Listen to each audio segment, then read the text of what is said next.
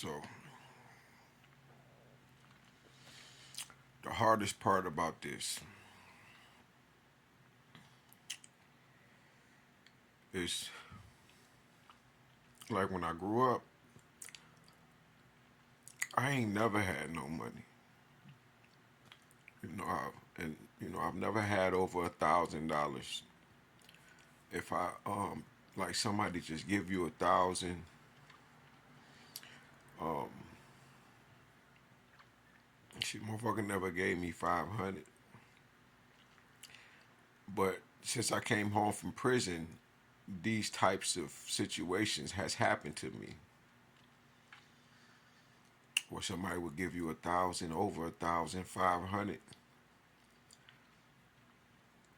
Since I was a child, we never had no money, so I hated money. I had actually then cursed myself, as my cousin Dolo would say, was nigga, what you do? You remember you curse money? Remember? Because I never had none. Plus, I'm the type that people have done so much shit to. Not that I ain't never done anything, but I'm the type that have had so much shit happen to me that I would have taken some money to harm folk. This is who I used to be.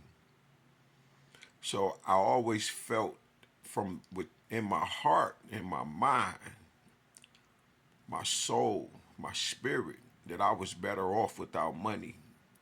And I just needed just enough to make it. But once I was able to balance out my dark side, my light side,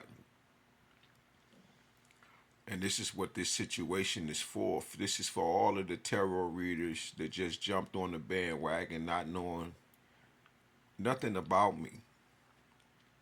But I wanted to take care of everybody in my family because I'm the one that will walk 30, 40 miles to your house. I would get on the bus. I come see you. East to west, north to south, it doesn't matter the distance. If I got the money, I'm coming. As long as I got legs, I walk. I got a bike, I'm gonna ride that motherfucker to you. But we never had no money. We used to eat off of newspapers, kerosene heaters. I remember them days we slept in the one room with the sheet. It's your goddamn cover, but you got to put the motherfucker up to keep the heat in the one room. Focus Hope was an awesome thing growing up for me. I loved the food. You know, the captain ships, the fruit rings, the farida, the powder eggs, all of these things. The juice in the canned pork, the canned beef, the canned chicken. Over the mashed potatoes, just add water. Over the powdered milk, just add water. But we never we we never had no money. So when I got to 28, my life changed again because I ran into my ex. And this is the most painful shit I've ever been through in my life. Is this situation. Okay? There ain't no tears. Tear already came down. It was itching. But this woman had became my best friend. She became my friend, my lover. She became everything that I can ever imagine that I wanted. She was breathtaking. I'm talking about breathtakingly beautiful. I'm talking about extremely gorgeous. She was the right height, everything. because I feel like if I got with a woman that I didn't really like, that I would cheat on her. Not that I never that you won't cheat on a beautiful woman. I wouldn't do it. Now I'm just different. But at that time, I just knew I would if I didn't get a particular type of woman. It's because my hunger for beautiful women. But more so, right? I didn't even have a type, but to have a beautiful woman that just has everything, or to she appeared to have everything. I thought we were similar, and we were, but my life changed. Okay, I was living with my mom at the time. Well, my sisters and my mom. I can't really explain it, but I stayed in the basement when I met the woman, and my ex had just broke my motherfucking heart. My children's mother, they were young, and that was with a dude, and she didn't give a fuck. But both of my children, I'm crying on the steps, and my children walk up and they put their hands on my shoulder, and they talking about stop crying, Dad. Like, you know, it's Asia and Deontay,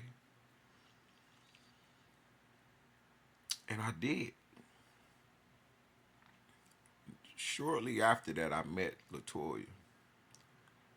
And when I met Latoya, like I said, this is like 28 years old. It changed my life. I had already been talking to her for a few months at that particular time. All right, now I think about it because we come from Sussex and then we moved to Littlefield. But I never had seen her, but we were talking over the phone, and I chose to stay with my ex, which is my children's mother. And talking to Toya, she was like, "Well, maybe you're caught up in the whole idea of raising your children and the family life, and she not." And she was right. Danielle didn't give a fuck. She already had, and I done seen the dudes in her phone, and she just didn't care. She just kept doing whole shit to me, to the point where the energy fed off onto the kids that they knew, and they like, "Dad, stop crying." Like, I'm looking at the phone, and she just talking to me reckless over the phone.